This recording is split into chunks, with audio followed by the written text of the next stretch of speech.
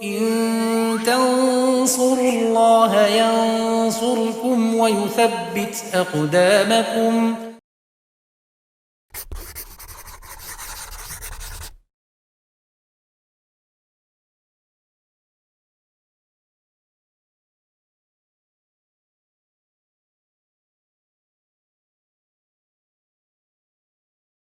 Bismillahirrahmanirrahim. Alhamdulillah wassalatu wassalamu ala Rasulillah wa ala alihi wa sahbihi wa man tabi'ahum bisanin ila yaumiddin, amma ba'd.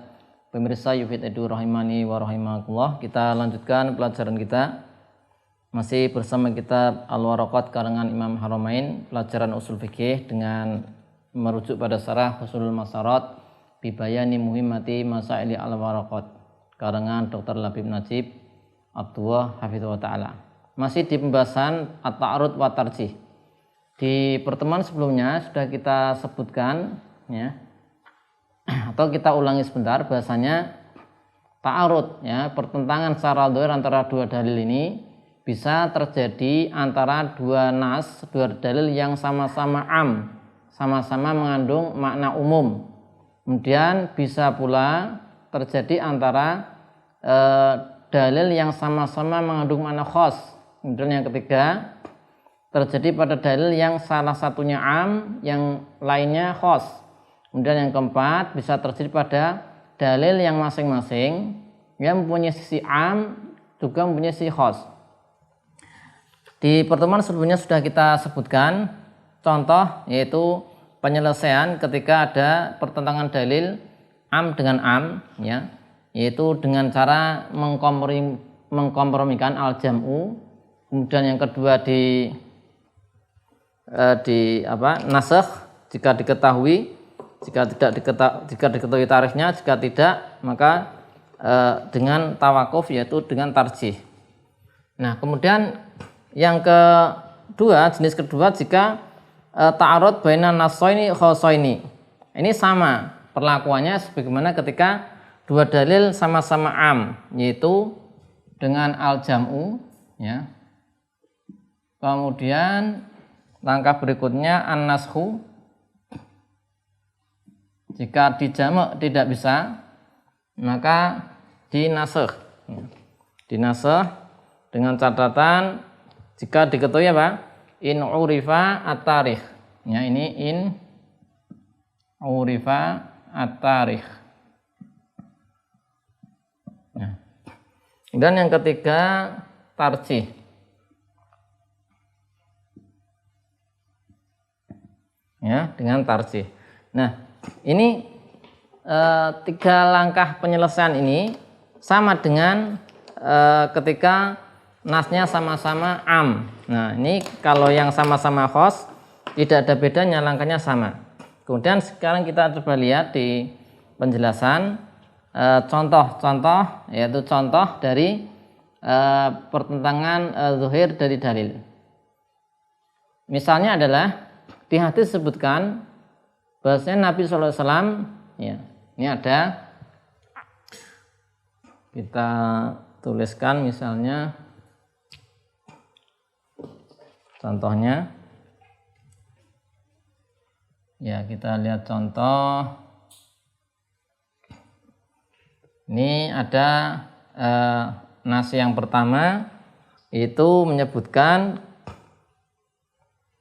bahasanya Nabi SAW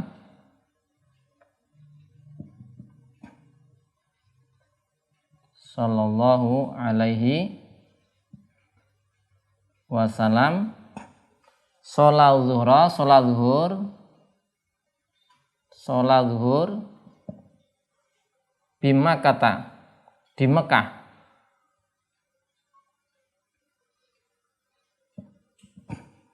Yauman Nahr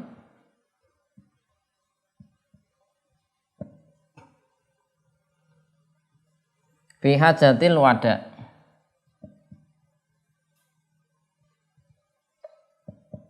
Fi hajatil wada. Nah, ini ada hadis menyebutkan demikian ya. Ini dalil pertama, Nabi SAW ada informasi. Di dalil pertama Nabi SAW disebutkan sholat zuhur di Mekah yang munahar tanggal 10 Dzulhijjah di Haji Wada. Kemudian ternyata ada hadis yang lain, hadis yang kedua, bahasanya disebutkan beliau sholat zuhurnya di mana? Ya, di Mina. Ini sholat zuhur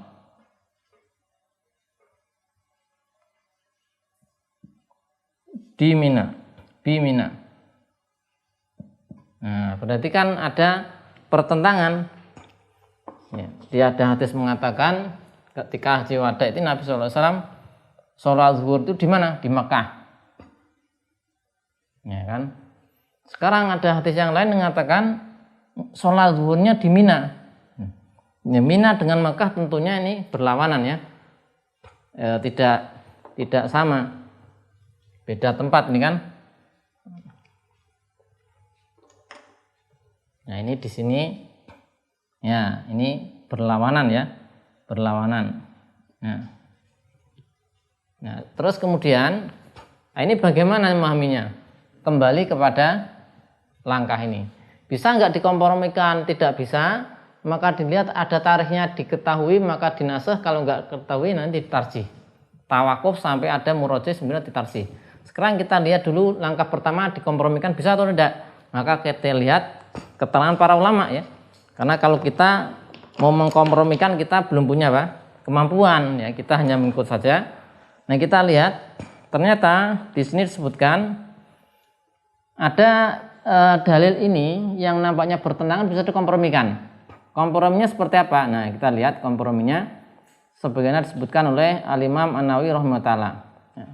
Bahasanya beliau mengatakan al-jam'u bainahuma, kompromi dari dua dalil tadi. Yang dalil pertama mengatakan Nabi SAW sholat zuhur di Mekah. Dalil yang kedua mengatakan Nabi SAW sholat zuhur di Mina. Yang benar yang mana? Nah, semuanya benar dikompromikan. Nanti kalau dikompromikan itu semua dalil terpakai. Dalil pertama terpakai, dalil kedua terpakai. Kita lihat apa yang disampaikan Nawawi rahimahullah. Al-jam'u bainahuma annahu sallallahu alaihi wasallam tawafa lil ifadah qabla zawal summa shalla az-zuhra bi Makkah fi awali waqtiha summa raja'a ila Minan fa shalla bi az-zuhra maratan ukhra bi ashabihi hina sa'alahu zalika fayakunu mutanafilan bi dzuritsani alati bi Mina. Ya. Jadi komprominya kata An-Nawawi ya, komprominya bahwasanya Nabi SAW itu melakukan tawaf ifadah sebelum zawal ya, kemudian setelah itu sholat zuhur di Mekah ya. Berarti ini sholat zuhur di Mekah. Al-jam'u ini komprominya. Sekarang ini komprominya ya, antara dua dalil ini, maka komprominya sholat zuhur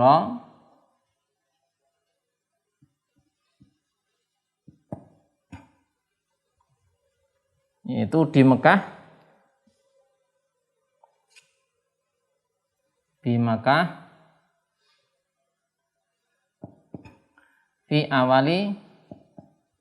awali waktiha.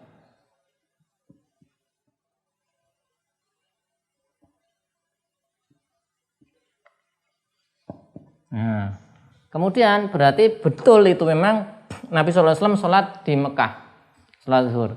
Kemudian summa sholat zuhur maratan ukhra bimina. Summa sholat zuhur maratan ukhra, untuk yang kedua kalinya di Mina.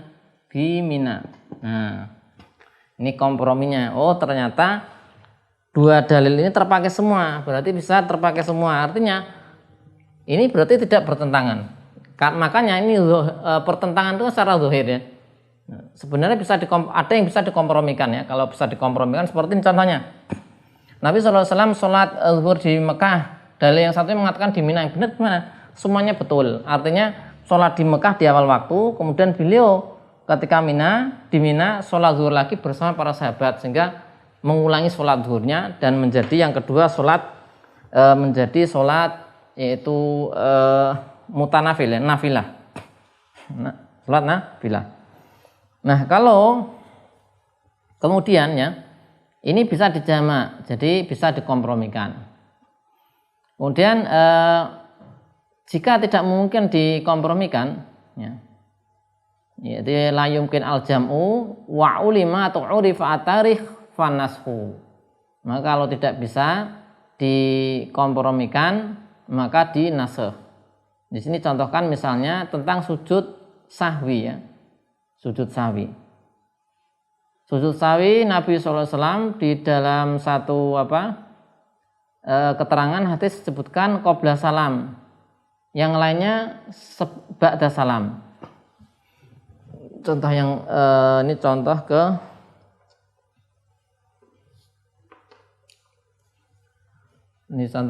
ini contoh al-jam'u ya ini ya. Contoh pertama, contoh al-jam'u. Sekarang contoh yang kedua yang nasakh.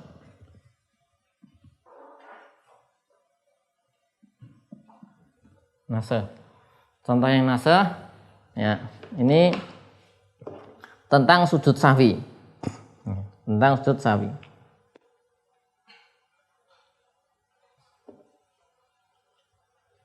Sujud sahwi ini berarti yang pertama yaitu sujud sahwi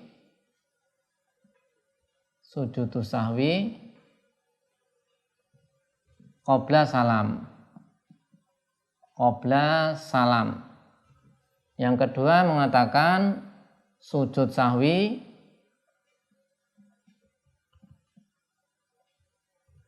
ba'da salam.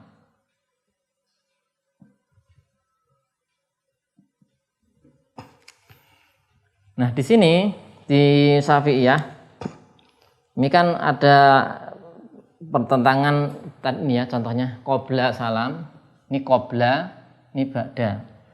Nah, menurut di Syafi'iyah ini tidak bisa dikompromikan. Kalau bisa dikompromikan mestinya bisa dikompromikan ya. Artinya dalam keadaan apa sujud sahwi ba'da salam, qabla salam dalam keadaan apa. Tapi di sini di dalam mazhab Syafi'i semua sujud sahwi itu qabla salam. Ya, semua sujud sahwi dilakukan sebelum salam, tidak ada yang setelah salam. Karena di situ ada perkataan dari Az-Zuhri,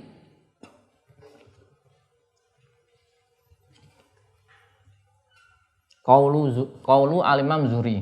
Nanti ini dengan nasakh qaulu al-Imam Az-Zuhri. Itu disebutkan sajada Rasulullah sallallahu alaihi wasallam, sajada Rasulullah sallallahu alaihi wasallam qabla salam wa ba'dahu. Qabla salam wa ba'dahu.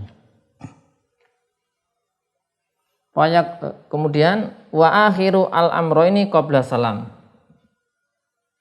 Wa akhiru al-amroini qabla as-salam.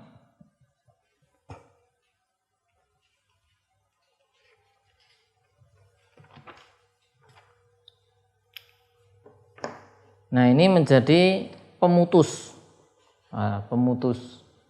memutuskan penyelesaian masalah dengan perkataan Imam Az-Zuhri ini, sehingga yang terpakai adalah yang qabla salam ya. Jadi ini berarti dianggap mansuh. Yang ba'da salam itu mansuh. Ya, menurut Syafi'iyah mansuh. Ini yang berlaku qabla salam, yang menasakh. Nah, sehingga ini dinasah yang ba'da salam menjadi qabla salam. Ini contoh dalil yang sama khos. Kemudian yang berikutnya ya, tentang tarjih ya. Di sini disebutkan tidak dikutui tarikh, contohnya hadis Maimunah radhiyallahu anha bahwa Nabi sallallahu alaihi wasallam tazawwajaha wa huwa halal. Ya. Ini berarti tarjih ya. Contoh yang ketiga tarjih. Sini aja ya. Yang ketiga at-tarjih.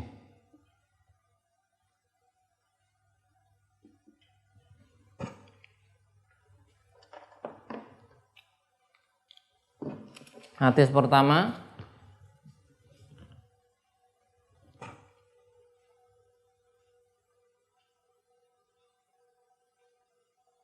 yaitu hadis Maimunah. Ini hadis Maimunah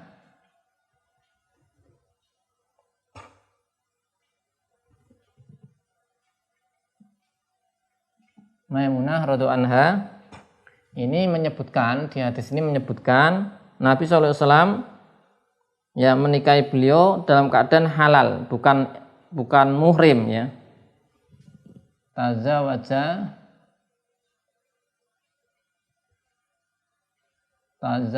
an-nabiyyu sallallahu alaihi wasallam wa huwa halal. Nah, wa halal maksudnya Nabi sallallahu alaihi wasallam menikahi Ibunda Maimunah itu dalam keadaan tidak muhrim. Yang kedua hadis Ibnu Abbas. Hadis Ibnu Abbas. Tazawajaha, nah ini sama. Tazawajah Nabi sallallahu alaihi wasallam menikahi Maimunah radhiyallahu anha wa huwa muhrim. Ya. Wa huwa muhrim. Wa huwa muhrim. Nah, ini ada pertentangan. Di mana pertentangannya? Ada masalah. Nabi SAW ketika menikahi Maimunah radhiyallahu anha itu, Nabi SAW dalam keadaan halal, artinya tidak muhrim, atau sedang muhrim ihram. Nah, ini kan pertentangan. Ya, beda kan ini? Beda, pertentangan. Maka ini dijamak nggak bisa. Ini dijamak nggak bisa loh. Ini gimana? Pernikahannya cuma satu kali. Ya, padahal hadis Maimunah mengatakan ketika halal, hadis Ibnu Abbas mengatakan ketika muhrim. Nah, bagaimana? Kemudian tarikh tidak diketahui. Nah, tarikhnya kapan? Nggak diketahui. Ya. Karena Nah, ini kejadian pernikahan. Kalau jadi kan pernikahan cuma satu kali ya. Jadi ya berarti dengan cara ditarjih, dikuatkan. Nah, ini dikuatkan. Terus yang dikuatkan yang mana? Ya, kalau tarjih itu nanti ada satu dalil yang dinihilkan, tidak terpakai. Ya, ini kemudian tarjihnya adalah dikuatkan riwayat Ummul Mukminin Maimunah radhiyallahu anha, karena Ibunda Maimunah radhiyallahu anha pelaku kisah, pelaku kejadian. Ya, sehingga ini ada murajih. Kan sudah pernah kita sebutkan kalau tawakuf itu nunggu murajih. Kalau ada murajih kemudian ditarjih kan. Nah, ini murajihnya apa? Ini dikuatkan yang mana nih? Yang ini ya, yang apa? Nah, ini yang terpakai. Ini yang rojih berarti, rojih. Nah, berarti ini hadis Ibnu Abbas tidak terpakai. Berarti kalau yang rojih adalah hadis Maimunah, maka dihukumi Nabi SAW menikah dengan Ibunda Maimunah ketika dalam kondisi halal, ya, ketika tidak ihram. Nah, kenapa murajihnya apa? Satu, Ibunda Maimunah pelaku kejadian, ya, lebih tahu. Yang kedua, Ibnu Abbas ketika itu belum balik, ya, sehingga lebih dikuatkan pelaku peristiwa, ya, pelaku peristiwa. Ini kan yang dibahas Ibunda Maimunah radhiyallahu anha nikah dengan Nabi SAW. Nah, beliau sendiri ada hadisnya kan, maka dikuatkan beliau karena beliau pelaku peristiwa. Sedangkan Ibnu Abbas tidak melakukan peristiwa pernikahan ini kan, dan beliau Ibnu Abbas waktu itu masih belum balik. Sehingga dengan demikian kalau tarjih yang terpakai hadis ini saja, ya. Sehingga hadis Ibnu Abbas tidak terpakai, ya, dianggurkan, ya, karena bertentangan dan tidak bisa dikompromikan, maka ditempuh jalur tarjih. Nah, ini demikian yang bisa kita bahas di pertemuan kali ini adalah contoh-contoh ta'arud pertentangan dalil antara dua nas yang sama-sama khos. Maka sudah disebutkan contohnya, penyelesaiannya sama dengan dua nas yang bertentangan ketika am, maka al-jam'u kompromi, kalau tidak bisa dinasah jika diketahui tarikhnya, kalau tidak bisa maka tidak bisa nasah maka ditarjih. Ini contoh pengkompromian ada, kemudian contoh nasah sudah disebutkan, kemudian ini contoh tarjih. Tiga-tiganya sudah ada contoh penerapannya. Demikian, Allahu a'lam bishawab. Insyaallah akan kita lanjutkan di pertemuan berikutnya. Wassallallahu ala sayyidina Muhammadin wa ala alihi wasallam. Alhamdulillahirabbil alamin.